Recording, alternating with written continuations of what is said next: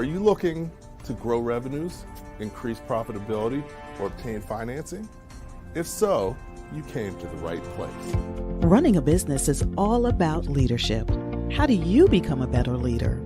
Learn from the successful entrepreneurs and business owners how to lead your organization more effectively.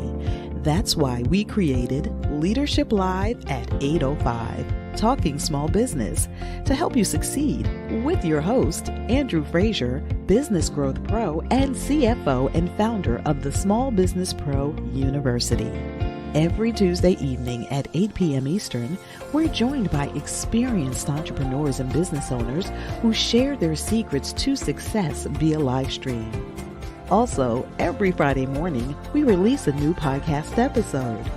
Either way, you will learn about developing your business leadership skills from our roster of highly performing guest experts. Leadership Live is one of the many valuable resources provided through the Small Business Pro University, empowering business owners to learn, profit, and grow. Find out more at sbprou.com.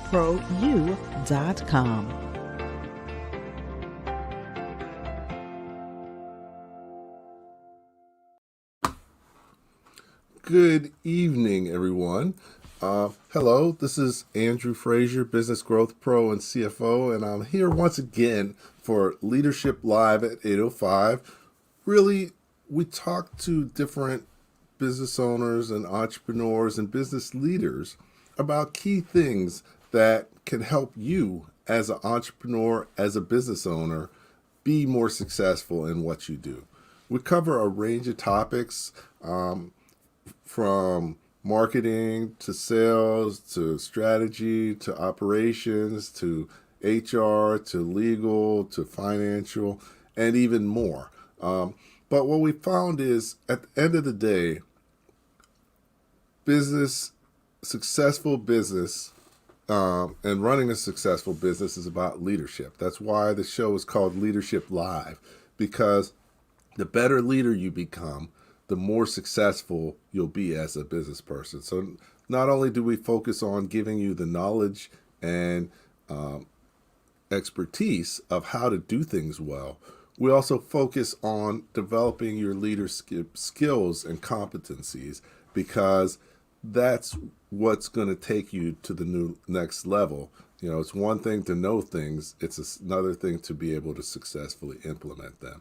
And that's where the leadership comes in. So once again, this week we have our special guest, Cherie Avinger, and she's going to be talking with us, and we're just going to be chatting about logistics. We're going to talk about the 7 do's and don'ts of logistics. Supply chain management.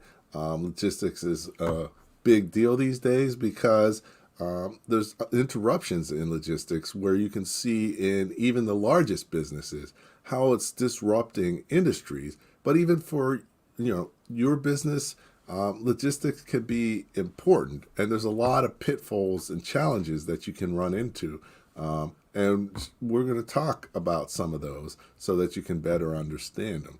So Cherie, I've known her for several years now. She's been doing great things in her business, as well as in the business. She helps run the logistics area for a international logistics company who, really understanding of the industry of not just domestic shipping, but international and many of the challenges. So if you're thinking about import, export, it'll give you a feel about some things you need to know, because a lot of people run into things when they get into trouble, but that's not how we want you to do it. So you're going to learn some things that could be helpful for you. So let me invite Cherie on, and definitely appreciate Cherie, I appreciate you coming, taking time out of your super busy schedule to be with us this evening and chat about small business. So great to have you. Absolutely. Great to be here, Andrew. Thank you very much for inviting me on. Okay. I hope that I can open up the scope of what's happening in our industry when we were a sleeper and no one cared about us, and now we are front and center So Hmm. be glad to provide any information that might help someone who's interested in the business and leadership as well, because again, I'm involved with that. Okay, excellent. And it's been great sort of seeing you, talking to you over the years about some of the ways you've helped lead your organization um, to be even more successful in this challenging environment. So, but before we get into that, we want to know a little bit about you. Where are you from? How did you get here? What have your challenges been? What have your opportunities and successes been? Well, I started in the international shipping logistics business back in the 80s. So in the 80s, when it came to our industry, you just kind of fell into it, which is really what happened. I happened to be plotting because I'm all about the strategy. So I happened to be plotting the bus route from college to different opportunities in the area. And this particular company was on the bus route. So it's a long going joke that we talk about, but it turned out to be a 35-year opportunity. And back in the 80s, hooking up with a startup was one of the most challenging things for people to do, to find a company that was starting up in a viable business such as this particular one. And so I have been there for a very long time, a lot longer than the college student myself expected to be there. But it's turned out to be very not just profitable, but also an amazing learning experience, because the industry has changed drastically in the last 5 years. To be in the business for 30 years and watch it continue to go on the same way, with a handshake on a napkin, that was the way we did deals, to now completely digital, fully outsourced. It's just an amazing experience to have been in both, to have had both. So that's how I arrived here at this particular point. And I've been very fortunate. Again, the owners of the company that I've been working with for a long time, they recognized in the last 15 years my desire to go further than just the industry, and their company as well. And they allowed me to open my own company. So I opened up a leadership company.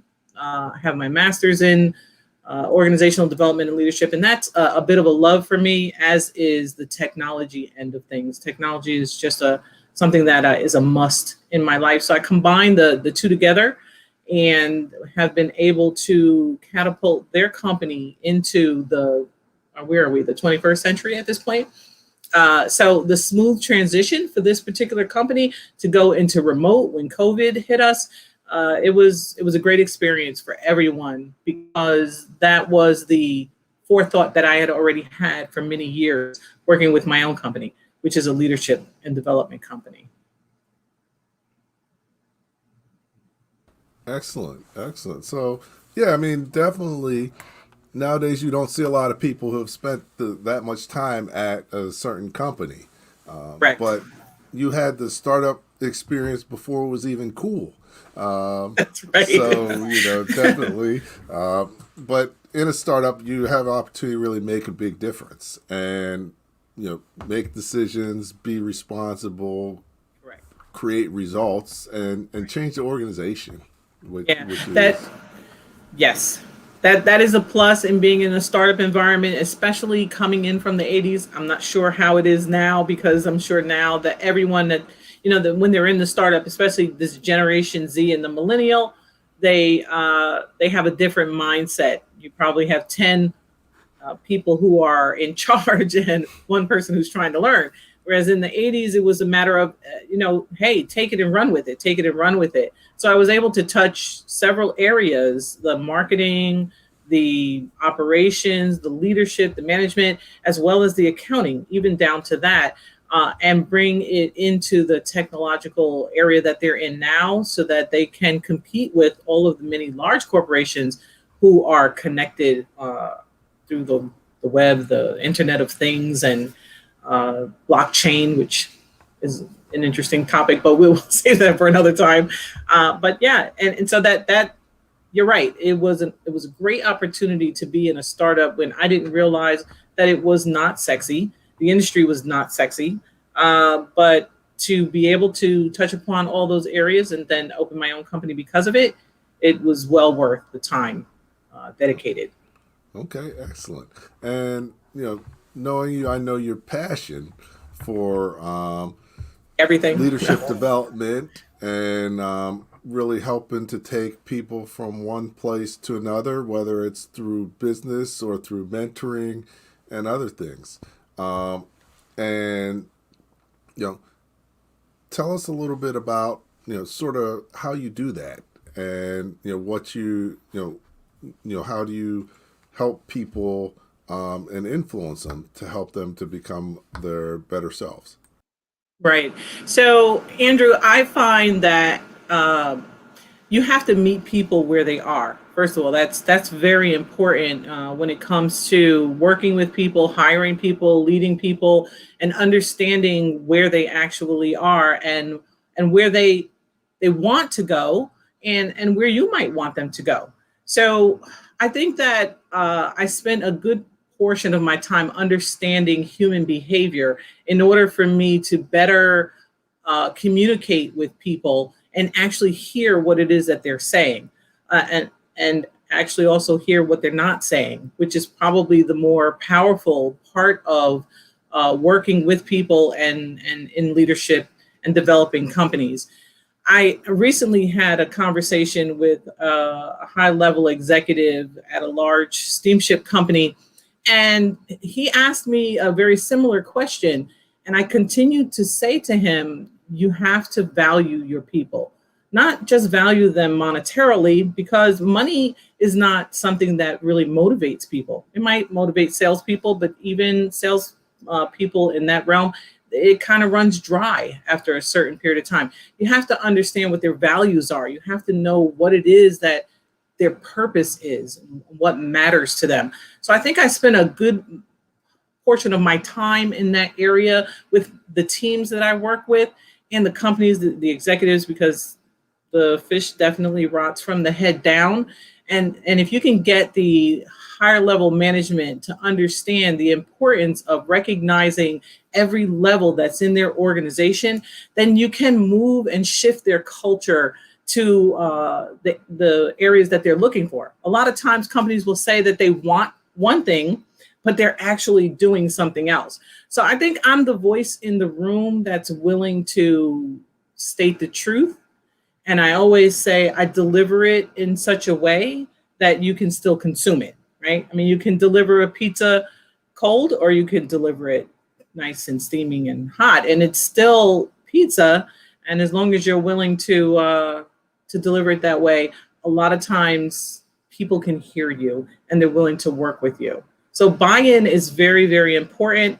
And I work with every level of the organization to get each level's buy-in. And every level of buy-in is different because each level has a different purpose and reason for being at the level that they are. I can't expect management to understand what customer service understands, but I do need both of them to recognize the importance of their positions, of what they bring to the table, and be able to make some sort of a connection there for them so that they can work together, because that's key.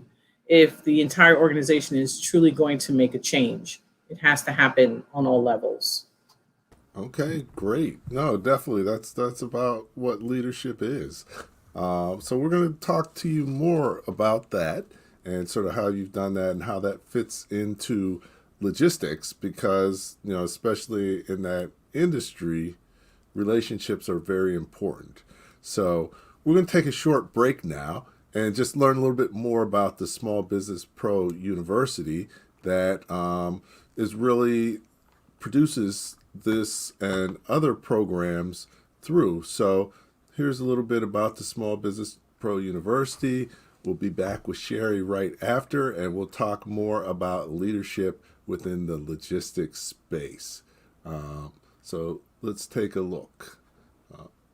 Do you own your business, or does it own you? Is your business growing, and are you making enough money? As a business owner, there are so many things you need to know to become more successful. Hello, my name is Andrew Frazier, the Business Growth Pro and CFO. I created the Small Business Pro University for you. Small Business Pro University has self-paced, dynamic, multimedia learning experiences created by more than 20 instructors who are business owners just like you. Small Business Pro University will empower you to become a masterpreneur by learning the secrets to creating a successful enterprise, to go from working in your business to working on your business. Take advantage of our strategic coaching program or just simply choose the courses that you need. At www.sbprou.com, we will empower you to thrive and not just survive and make more money in any business environment. Welcome back to Leadership Live at 8:05. I'm here with Cherie, and we're talking logistics for entrepreneurs and small business owners.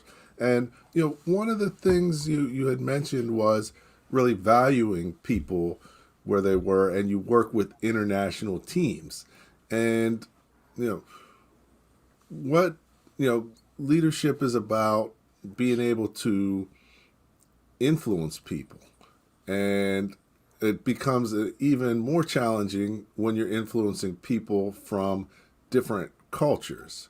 And you've done it in many different countries across the world. So tell us a little bit about kind of how you do that and how you're able to figure out, how to interact and influence them to achieve the goals for you and your business. So, Andrew, one of the things that you just said was influencing people. And though I know that is a fact, that is the answer, is to influence people to get their buy-in, the word doesn't sit as well with me as honor people, especially when you're working cross-culture.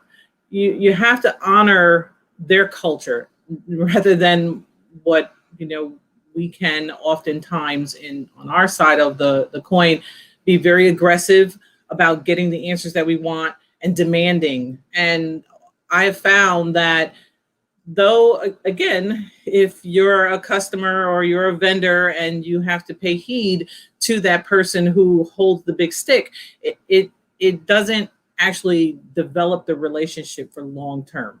So I have built teams overseas in different parts of the country and parts of the world. And yes, I've had to shift and change how I honor the manner in which their culture receives information. Interesting enough, the recent or the most long-term relationship I've had thus far is with India. And if you know anything about the Indian culture, it's male dominated during the evening. The women are not really allowed to be out at night. So my team are all males. And I had to understand what matters to them most. And being proud, being able to do a very good job. Their family comes first, and all those and learning and being able to grow. Those things were really very important to them. So when creating the programs for outsourcing, which I didn't even call it outsourcing, I called it resourcing, which again is something that's much more receivable to people here in the States as well as overseas, because the teams here in the US didn't feel that they were being pushed out, and the teams overseas didn't feel as if they were just some third leg of an entity. They actually felt as if they were part of the team here in the US. And that I found to be very successful, despite what region I'm in or working with. Those teams want to feel like they are part of the team that they're representing here in the United States. So understanding their culture, I honestly, across the board, honoring people for who they are and valuing them just as human beings, I haven't gone wrong with that yet, no matter what country I'm working with. So 99% of the time, if you hold that as one of the more important aspects of working with teams overseas, you will more than likely be successful in that respect. And then it's just a matter of breaking it down and understanding what they value. And honestly, I've been an executive for over 20 years. I have been working in business since I can remember, and money has never been the value. It does run the business, and without it, your doors are closed. But the money is something that develops because the people want to do what they're doing. And I believe in Simon Sinek. He's a marketing master, and I believe in his concept of why. That's something that I've been putting in front of my team for a very long time. Why? Why are we doing what we're doing? Not just what are we doing and how are we doing it, but why are we doing it? And when you can connect with people as to why they get out of bed, as to why they're willing to do this job, money becomes no issue. And it also becomes no object as far as profitability is concerned. Excellent. So definitely relationships are key. Every country is different. And it's amazing how different the cultures are, especially from the United States. I've done some traveling when I was in the Navy and otherwise. And, one of the weirdest things for me was, I went to South Africa and I was no longer black. I was like, what? I'm not black? Those are black people, but I'm not black? So there can be really big differences in culture. And really, I like how you talked about honoring them because, it's really about being respectful. You don't want to be the gringo or whatever else with whoever you're working with, because that just makes it difficult to build a good relationship, and relationships need to be built on knowing, liking, and trusting you. And, right. That's one of the key things. So now in the logistics industry, you talked about how it's front and center now, and really, the importance and value of it is more evident, because a lot of times it's sort of like, sales and marketing people and finance people are like, what most important. But, now there's some things going on in the world, and, logistics is key. So can you talk a little bit about the industry and how it's changed as a result of COVID? Right. Andrew, it's amazing again, I think I said this, it's amazing to have been on both ends of the spectrum, where I came into the industry and it was just a sleeper. It was a sleeper industry. You didn't have to have a degree, whether I had one or not, and I did, but you didn't have to have a degree. Everything was, you came into the industry green. They trained you, and they trained you specifically to do what they wanted you to do, which was actually everything, because that's how logistics is. You never know what you're stepping into. You just know you're always going to be stepping into something the next day. And if you can imagine what life was like before we had email, and it was, fax machines and telex machines and phones, we were in the office very, very, very late at night. We were coming into the office very early in the morning, because you couldn't do the business without being on the phone. I don't know how I would ever do that today. The phone was ringing 1,000 times a day, and how you got things done, talking to people, building those relationships, but also meeting those cutoffs was amazing. So it has changed drastically. Even prior to COVID, it began to change because consumers began to demand more visibility. And visibility is not something that you would get in our industry. Our industry is historically made based upon relationships, like I said, napkins over scotch, the railroad my father had, and the steamship lines, and they built their contracts, and you got what you got, and you didn't get upset, and that's what it was. And you did what you could do. But with the onset of technology, and Amazon, I have to say, the customers began to demand visibility. They no longer were willing to accept answers like, well, it's at the rail, I'll see what I can do, or I have to make phone calls, or whatever it might be. They began to demand that information. And so we start with connecting the people along the supply chain together so that they can communicate. When in fact, Andrew, that's exactly what needed to be done all along. all along. And fortunately, the company that I've been working with, that's always been their pride and joy, to connect all of the vendors, the customers, the truckers, treat them all the same as customers, give everyone the same type of customer service so that they feel like they're a part of something bigger than just their piece themselves. So whether it was a manual supply chain or now it's become an electronic supply chain, companies in this industry have to accept that things have changed to build relationships.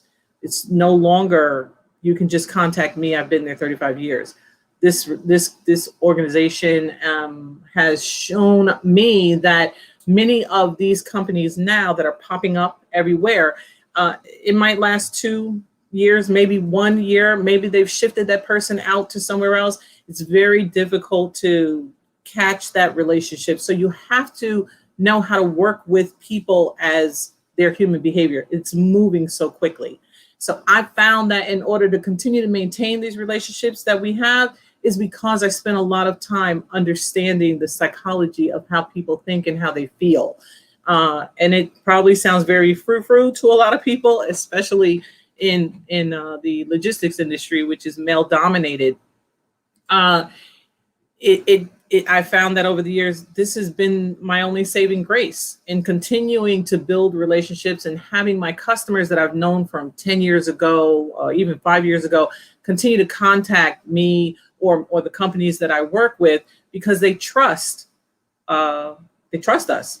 And that is also a number one key part of this industry. And I'm sure as many businesses is it's very challenging to find people who are going to tell you the truth, aside from making a dollar. So there are many times that I will speak with my customers and I will tell them, this is not the route you want to go. If they're not going to, if whoever it is that you're working with is not going to offer you these terms, you're going to put yourself in a bad position. Even if it meant that I was going to make a lot of money from the deal, it's not worth it because once you build the relationship in this industry, it lasts almost a lifetime that I can see. I can call upon so many different people in different places that I've worked with, even if they're not in their same positions, and they'll be able to connect me to someone else who will be able to assist me. So yeah, relationships in logistics is key. Understanding logistics, having that relationship so that the person that you need the answer from is actually going to tell you the right answer, because it is still so easy to hide things under the carpet, but that's beginning to change drastically. And COVID, it catapulted it into a location that most logistics was not ready for. Even the very, very large steamship lines were not ready for it. But it's uncovering now. It's done, and I don't see that it's going to go back to the way that it was. They're opening up the communications, and they're recognizing that consumers need answers and they need the truth.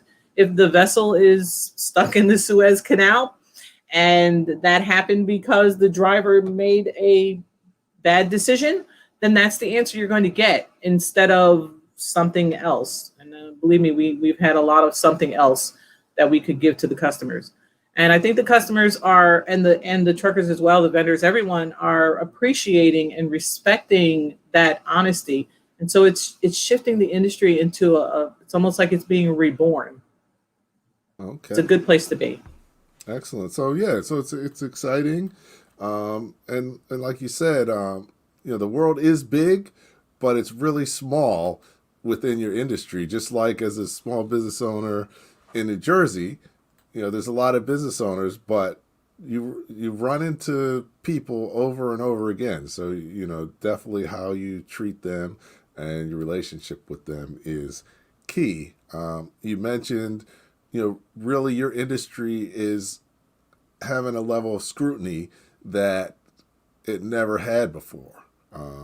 So things could fly under the radar and nobody was really looking too hard. But now that, there are logistics challenges, people want to know the answers. And, trust is important. And like you said, you have to tell people the truth, especially nowadays, because they could figure it out without you. Right. and that just makes you look even worse. Where before there was no way that they had no way to figure it out. They had to trust what you said, and go with what you said. So has there been a shakeout in the industry over the last several years, or are there more businesses coming into the industry? What are the competitive dynamics? So what I'm finding is occurring, or what has occurred in the last few years, are the large steamship companies have swallowed up many of the smaller ones. Quite a few of the small steamship companies went out of business. In fact, there was a small steamship company by the name of Hanjin, not tiny small. I mean, our industry is millions and millions of dollars before you can say small. And they literally ran out of money on the water. So I'm seeing that there is an agreement between the alliances of the large steamship companies that are willing to put the smaller ones under their umbrella. And what does that mean for consumers? That means that you can book the same ships or different ships using the price levels that you create with these companies. So if I'm working with company A, who's a small company, but they're under the umbrella of a big company, I could be on the big company's vessel going to these other destinations that I need to get to, but pay the small company price. So that worked out very well for many of the consumers, and it didn't work out as well for a lot of the freight forwarders, because what happened then is the big companies found that they could sell directly to the consumer. Back in my day in the 80s and the 90s, there was a respect between the steamship companies and the freight forwarders where they didn't kind of step on their toes. But again, with the onset of technology, not even withstanding COVID, but technology, the larger companies have found that they can squeeze out. So when you say shake out, they can squeeze out the freight forwarding companies. So what have freight forwarders had to do? Those who have survived, they've had to increase their level of knowledge and become more than just the 3PL, which is a third party type of logistics company where they would only do documentation or they would do the filing for you, maybe call and make the booking. They had to become 4 and 5PL type companies where they were offering services that they would in fact manage your shipment. They would give you insight as to what might be going on in the industry. They would look to save money along the supply chain. They would develop relationships with agents in other countries in order to help you as you were importing into those countries, educate you so that you understood what kind of documentation you needed in advance before it cost you money. So that's what if they were smart, freight forwarding companies have now become 4 and 5PL companies, and they have created UX designs that would allow customers to see the visibility of their shipments. So a lot of these companies that I started with, they didn't survive because they didn't have the skill set to understand that they would need to move into this more supply chain management type of position. Okay. No, that's great. So, a lot of different things going on in the industry. Even though you're small, you've been able to navigate it successfully, which is great. One of the things, bringing it back to, the impact on small businesses and entrepreneurs, one of the things that, a lot of times you may not think of as a business owner is you're used to being in the United States. You take something to the post office, it gets delivered to where you want it to be. Every so often it doesn't, and then you're up in Does it arms. really? But and then FedEx and UPS. But on the international scene, and shipping freight and other types of packages, it's a whole different world, and there's a lot of challenges that can be involved, and it's really ship at your own risk, because there's a lot of different rules and laws and other things. So our topic today is 7 do's of logistics, but before we get to the do's, why don't we just talk a little bit about the don'ts? So what are what are things Right. you should never do? in terms of logistics, if you're a small business owner and you want to survive? There's a lot of things that you shouldn't do, but one of the things you shouldn't do is try to ship a vehicle and stuff all your personal items inside of it. That just to save money. That is just a definite no-no in our business. But a lot of the things that you shouldn't do is assume. That's really your number one word that you want to stay away from. You never want to assume that because this person did it that way, it can get done. Or, someone told me that I could do it this way, or I read it on the web. One of the things about the logistics industry that still remains the same is that the information is quite specific. And unless you're willing to actually learn and understand the different machinations that go into shipping something overseas, and you just take it for face value because someone told you I did it and it worked out like this, that's definitely a don't. I would tell you that if you're in a professional business and you're actually looking to represent your customers as a freight forwarder or, again, a 3PL, a 4PL, 5PL type of company, it will be important to build a relationship with a steamship company. A lot of times what we have is we have people from overseas cut the deal with the company over there, and then they're on their way because they've got this great cheap rate. But that rate is only specific to what the steamship line is willing to offer. And if you can imagine, the steamship lines are now the 800-pound gorilla in the room. So if you come to them and say, I have this rate for $500 and I need to move this from New York to Antwerp, which is in Belgium, and this is what I was quoted, they're going to give you what they have, which means maybe there's space today, maybe there's not space today based on their rate. Maybe there's equipment available in that location, maybe it's not available in that location. And your $500 rate goes from $500 to $1,000 to $1,500 to $2,000. And it's not something that you were expecting. Or your customer overseas is able to get it here to the United States, but then when it gets here, your terms are not correct. And so you don't realize that it's your responsibility to get the inspection when the cargo arrives into the United States. And it was your responsibility to hire the trucker to bring it to your actual destination, or it got damaged along the way. And hey, that's your responsibility because you didn't take the insurance out. So there's quite a few don'ts. And if you are not familiar with it, I would highly suggest that your very first opportunity out there would be to hire a company, that a reputable freight forwarding or a 4PL type company to represent you. It would be worth not making the thousands of dollars that you think that you're going to be making on the shipment, which is also another farce that has gone throughout our industry where, oh, I have this product and I can increase the price by 10,000 and make this money. All I have to do is pay for the shipping. So I do highly suggest that you hire a company to protect you for your first shipment out, and then ask as many questions as you possibly can.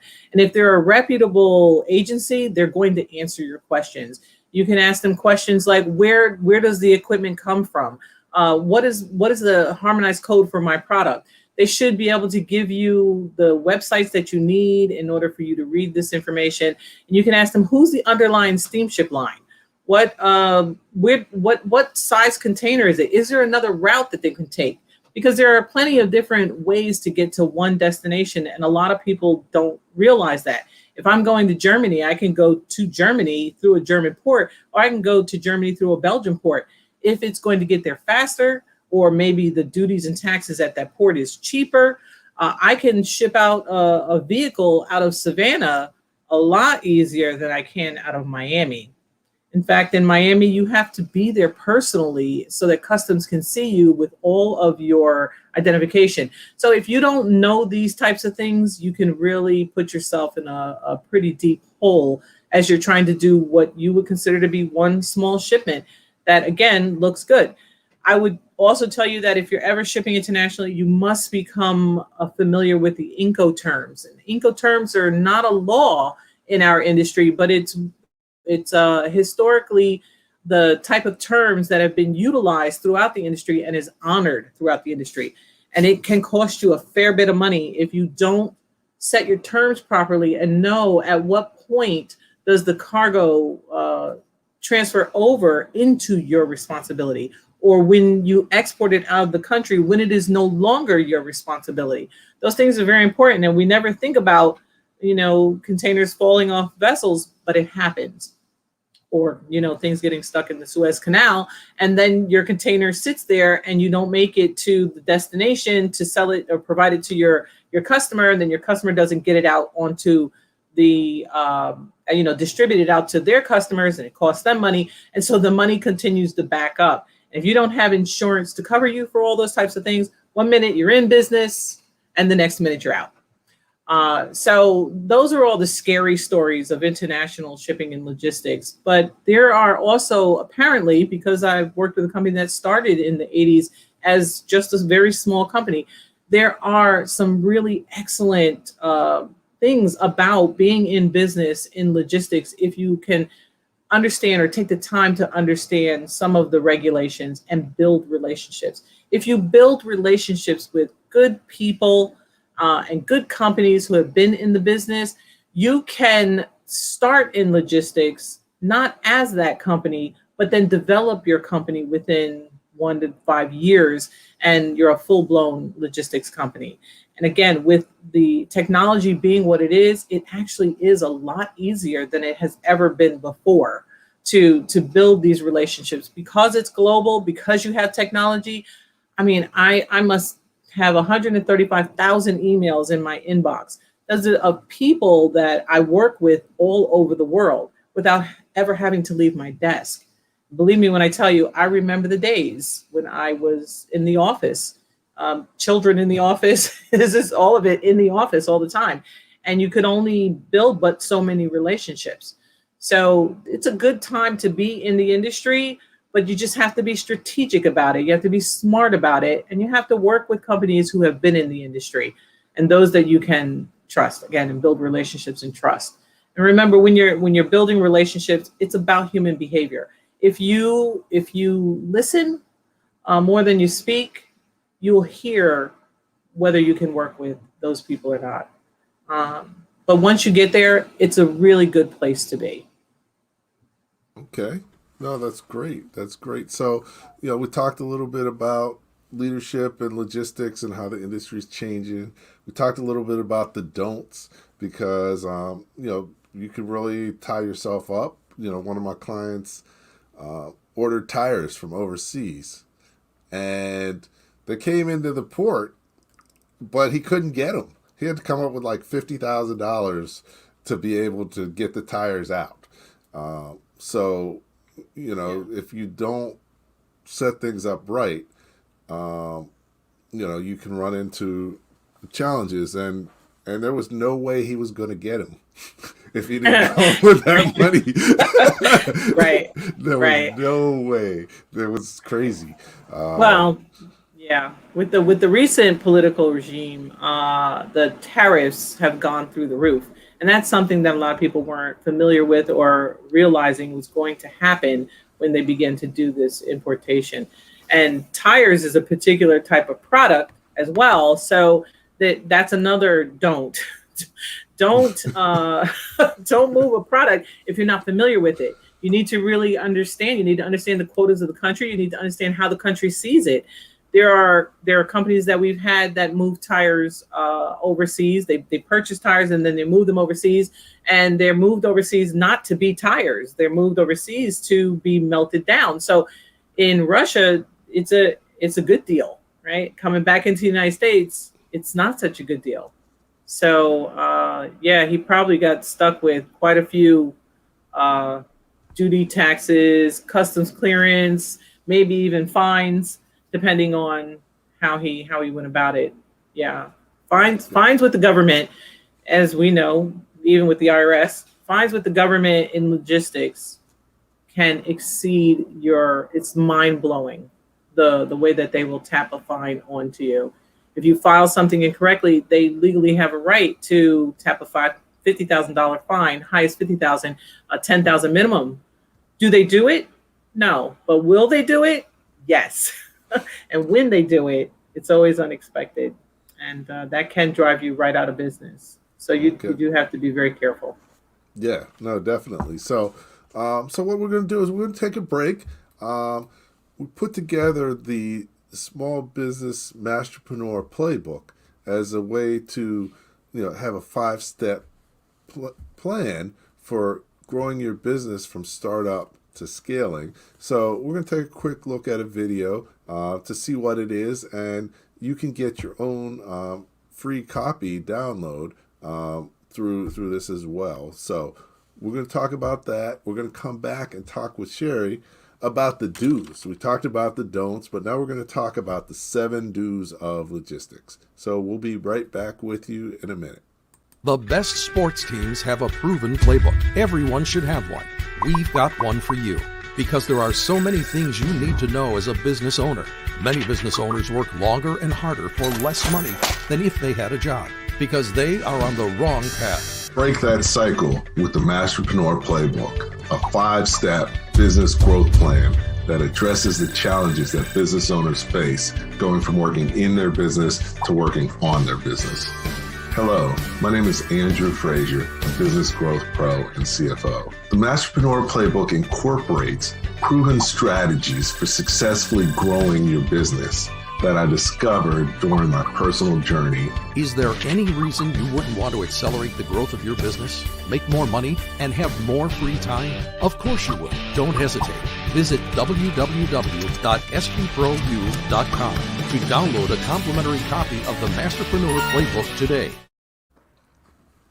Welcome back to Leadership Live at 8:05, talking small business. Here with Cherie again, and we're talking about logistics. Hot topic today, very important piece of any business. And we talked about the don'ts, so let's talk about some of the do's. And I think the first one is knowing your requirements. So talk a little bit about what that means and what things you should know in terms of requirements. Well, so Andrew, much like your friend with the tires, you need to know and understand your product and the requirements that are allowed for it. I know that you may not understand that when you move something domestically, it has more latitude. Like if I send you a box of cologne, let's say, for instance, it's fine, and you'll receive it from New Jersey to wherever you might be here in the United States. But once you decide to move those type of products overseas, they become hazardous. And hazardous cargo requires a plethora of different documentation, all kinds of pre-certifications, and you have to be prepared for that. I've had clients who want me to pick up hazardous cargo tomorrow, and they want it to sail the next day, and that doesn't happen. Same thing with vehicles. Vehicles have to be titled and registered and cleared and gone through a totally different customs procedure. Those titles have to come back stamped, and there's a whole different level to it. So it's important for you to know your product and understand what it takes to export it out of the country. The same as, again, knowing your product and understand what it takes to import it into the country that you're going into. And that comes back to your Incoterms. If your Incoterms state that you're responsible to get it to the door of that destination, then you're responsible to know and understand all the different laws, the rules, and the regulations of bringing that cargo into their country. Very different than bringing cargo into the United States. Each country has their own set of rules. At least bringing it into the United States, we do have a specific set of rules. So you have to have either all of the knowledge, which I can't say that I have of every single country, or you have to build really good relationships with agents in those countries. And that comes back to what we talked about even from the very beginning that I've ever been in the industry. You can build relationships with people, honor them and who they are and where they are and what their goals are, and you can build partnerships. And those partnerships make it so that you don't have to know every single rule in the book. They will be there to protect you as you are there in the United States to protect them. Many of the countries overseas sees the United States as this enigma to import into. So they're always looking to build relationships with us here in the United States. So again, you pick your geographic area of where you want to go, know what your product is. Don't try to take on the entire global world. even though technology will allow you to do that, you will be shooting yourself in the foot. I mean, companies will tell you you can do it, you can globally, but don't try to do that until you fully understand the regions that you're going into. And sometimes you can build your company just on one specific product. Like, you know, your friend, he didn't have a great experience because he probably didn't have me in his corner. But the fact is, he could build his whole company on tires. I have a client and that's all he does. And he lives in Florida on the beach and that's all he does. He just finds tires everywhere, but he only goes to one or two particular regions across the world. So, and he's been very successful for many, many years. So that's important. Your product, you know, with international shipping, we want to know what the outer portion of the product is. We want to know what the packaging on the inside is going to look like. We need to know how many pieces you're trying to put. Is it going to be inside of a full container load? Is it going to be inside of a shorter container? Then the containers are like 20 feet or 40 foot. Is it not going to fit in the container at all and be considered oversized? Or maybe it's just going to stick out a little bit on top of the container, which is then considered an open top. Maybe it's not going to fit in a container at all, and so it'll be less than container load. And all these different pieces affect the cost that you will be faced with when you're shipping. So it doesn't seem like you're like, wow, you know, I just wanted to send this to my family, a couch. It becomes a big deal once you decide to take it outside of the country. And it may not be worth the cost to do it unless it's some sentimental reason. Not every company is going to take your business either. So that's something important to know. Sure, you can always turn to DHL and you can turn to FedEx. And which one do you use? Which one is better for what regions? You have to do a little homework there. But it's going to cost. It's going to cost. It'll be a high price to pay if you don't do your homework in that area. Okay, great. So knowing your requirements is key. Couple others are really about knowing your customer and supply chain links. So really knowing everything along the way, knowing how much freight you're going to have, and really what is the product condition that it needs to be in when it gets there. Tell us a little bit about what those are and what they mean. Yeah, so I have a funny story about that. I was working with a client and they make golf carts. So this is what we talked about when we talked about leadership, the importance of leadership within a company and knowing and understanding every level. So if a customer has ordered something, in this particular scenario, the customer ordered, let's say 20 golf carts, and those golf carts fit into a 40-foot container. When the salesperson decided that they were going to sell one more golf cart to this customer, it's not the customer's responsibility to really understand, because that relationship that he had with that salesperson was the one who was protecting him. And so he said, sure, I'll take that extra golf cart. I'll do that, no problem. And the mistake that the salesperson made was not connecting with their operations department to explain to them that this additional piece needed to go with that container. And so they loaded the first container and the container went out. And when that one golf cart came up, it was on the paper, and the person who was doing the loading was just the person who does loading and does what they're told to do. And so they ordered a whole nother container and they put that one golf cart into that container. And so the customer ended up paying for 2 full containers. And when they opened the doors and saw that one golf cart there, it damaged the relationship. It damaged the relationship throughout the company, because how could this person who was supposed to be protecting their better interest not communicate properly? So it's something as what would seem simple, I just ordered an extra piece, turns into a full fiasco. So I've had so many customers come to me with nightmare stories that they've had in working with logistic companies who didn't think ahead for them. And so I tell you that if this is a business that you want to get into, these are the areas that you really need to keep track of. You need to know what your customer is looking for. A lot of customers will say they want this product and they want it now, but the truth is they're not even ready to distribute it out to their customers. So it's important to have those conversations with your customers so that you can get your timing right and know exactly when should the people in the United States produce this product. How long of a lead time will it take between the time that they produce it and the time that it's available in the warehouse? How long of a time between that point and the time that they will have a space at their dock to actually load that cargo? Those are three very critical pieces of information that a lot of customers never ask and a lot of salespeople never tell. And what will happen there is we will show up with our container and nobody's ready. Or they're ready and they ship it, but then when it gets to the other side, they're not ready to pick it up for one reason or another. So the communication of understanding truly what your customer is seeking, what their goals are, what their purpose is. A lot of customers don't like to receive cargo in around Christmas. So we had a client in the UK who would purchase a tremendous amount of toys from the United States. And if we didn't get that cargo there by September, October, it wasn't going to make it into the stores for December.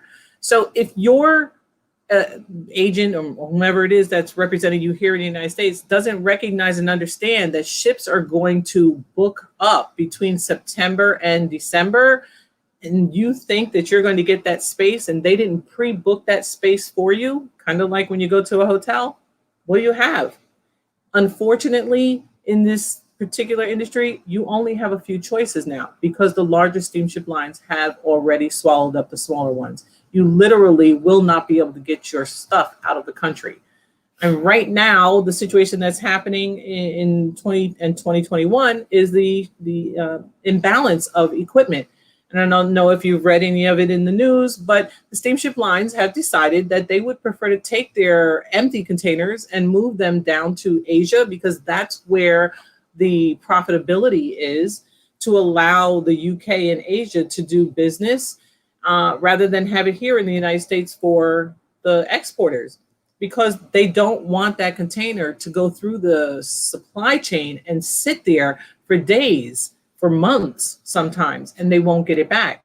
So it's caused quite an imbalance here in the United States, causing what we call blank ships to go out because they're blank. They're filled with nothing except the container itself. But that makes it difficult for your customer here in the United States to plan or even sell. So if you have that knowledge, that type of knowledge where you can sit and have those hard conversations with your customers and your agents and your truckers, and you can build your own mini supply chain, which is possible, you would literally be one of the best 5PL, 4PL type companies out there. So it's important for you to understand the things that most people don't think of in this industry. Most companies don't think of at all. And just understanding their product and understanding what their real needs are helps a lot. Understanding their geographical location, where they are in comparison to the ports, in comparison to equipment pools, in comparison to rails, understanding those different things, that if they're in Pittsburgh, they're not just going to ship that cargo, like I have so many customers who tell me, can I just take this from Chicago and bring it over to Antwerp, as if I'm going to truck it from Chicago to the port of New York or Norfolk? No, it has to go on the rail. And if it goes on the rail first, you're looking at a 5 to 6 day difference. So if you don't understand those things, you're selling to your customer and you're giving them false hope that they're going to receive their cargo. There's nothing worse than the consignee on the other side disturbed because the container hasn't arrived. Because again, you're dealing with international companies. You're dealing with international countries where they have their own mentality about doing things. It's not the same at all with how we do things here in the United States. And they don't have the access that we have here. Here in the US, if something doesn't come into New York, we could probably quickly purchase it from somewhere else to subside the situation. and or speak to the suppliers here in the US, because we understand delays, and we understand, and we have not, spent every penny on this other thing. And we have a plan B. A lot of countries on the other side, they don't have that. They were expecting it to come in on the 13th because they were going to distribute it by the 17th, and it's not coming until the 30th. It puts a lot of strain on their supply chain. It puts a lot of strain on their distribution and their business. So the more you know, the more that you educate the people along the supply chain, honestly, the better your company will be. The more they will rely on you, and you'll have more business than you can actually do. We have to turn business away. Okay. No, that's incredible.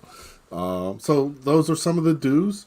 The last 3 of the 7 are, understanding your geography, which we've talked some about, timing of, what's going on, which Cherie was talking about as well, and understanding the costs, because the costs can change and be very different. So in many situations, and they can be substantially higher than you expected. So it's important to understand the cost. So, really going through a lot of these key logistics.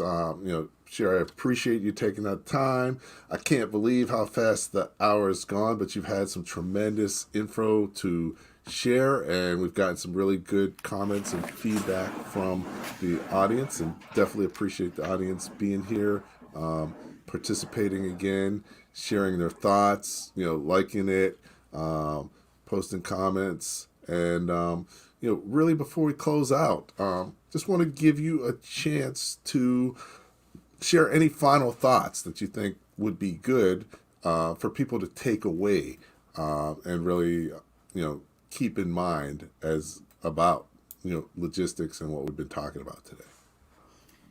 So in regard to logistics specifically, I would just say, don't get hung up on the freight cost. Try to work with a company that will give you an all-inclusive price. That's what you're looking for, an all-inclusive price, and understand your terms. Those 2 things are really, really important. And I told Andrew, I'd given him some notes, and maybe we can share that with you if you're interested and you need it. Just let us know your email address and the such. Is what the basic formula is when it comes to trucking, railing, ocean, what THC is. You've got your basic formula to understand that if your terms are door to door, you need to know of the cost in between.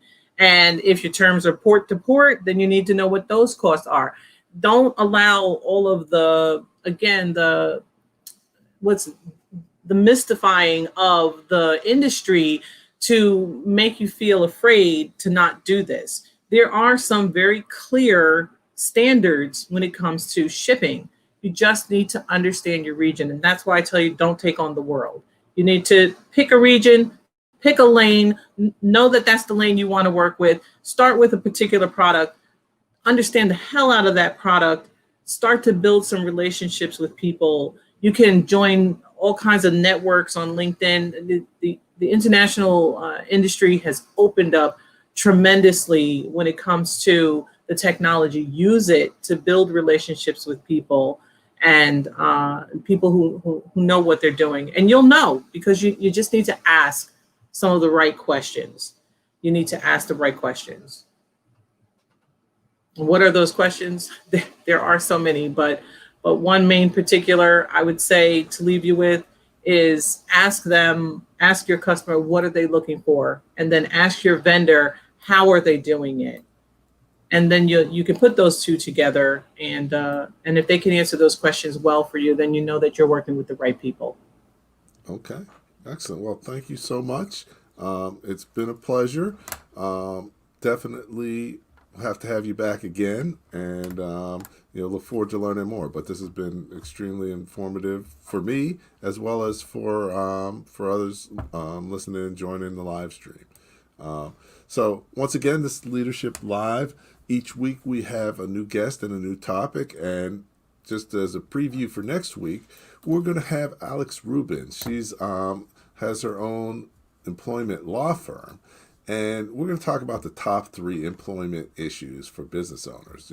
As a business owner, generally you can't afford to have someone on your staff who understands all the issues and all the legal ramifications of having employees in your business. So this will be great information because these are things that are helpful to know.